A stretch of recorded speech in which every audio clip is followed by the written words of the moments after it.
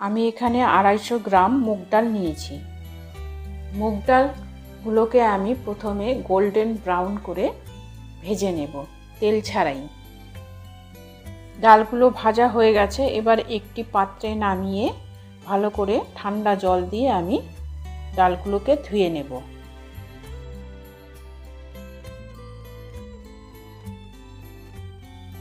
এবারে ডালগুলোকে আমি প্রেসার কুকারে দিয়ে দিলাম।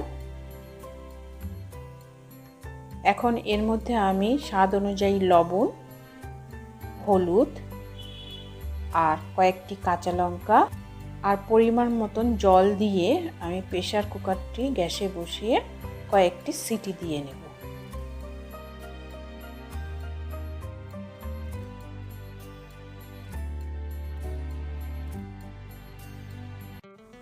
এখানে কিছু চিংড়ি মাছ নিয়েছি। চিংড়ি মাছগুলো লবণ ও হলুদ দিয়ে মেখে আমি লাল করে ভেজে নেব। কড়াতে সর্ষের তেল দিয়ে দিলাম। তেলগুলো গরম হলে তারপর আমি মাছগুলো ছেড়ে দিলাম। আশা করি আজকের রান্নাটি আপনাদের ভালো লাগবে।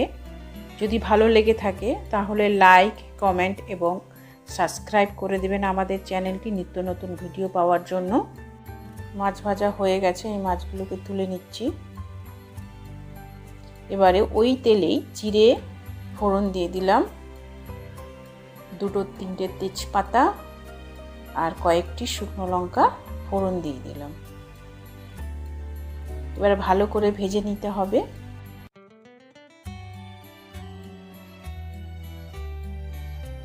এবারে এর মধ্যে আদা রসুন বাটা ও একটি গোটা পেঁয়াজ আমি পেস্ট করে রেখেছি, সেটা দিয়ে দিলাম এখানে।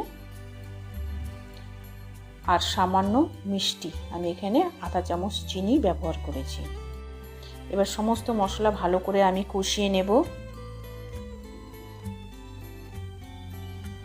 এবারে সামান্য হলুদ, কারণ আগে ডালে হলুদ আমি দিয়েছি, এই জন্য এখানে হলুদ দিয়েছি।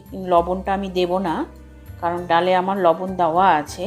পরে প্রয়োজন অনুযায়ী যদি প্রয়োজন হয় তবেই আমি লবণটা দেব। ডালটা এইভাবে সেদ্ধ করে নিতে হবে। এবারে সেদ্ধ ডালটা কড়াইতে ঢেলে দেব। সামান্য গরম জল অ্যাড করে দিলাম। এবার নেড়ে নেব।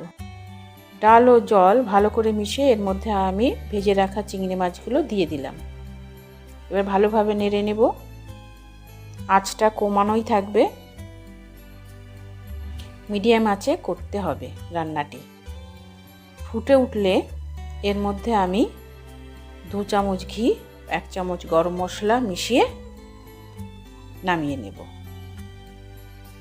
ব্যাস, আমাদের তৈরি হয়ে গেল চিংড়ি দিয়ে মুগের ডাল। খেতে দারুণ লাগে, আপনারাও বাড়িতে বানাবেন। যদি ভালো লাগে অবশ্যই কমেন্ট করে জানাবেন। আশা করি আপনাদের এই রেসিপিটি ভালো লাগবে।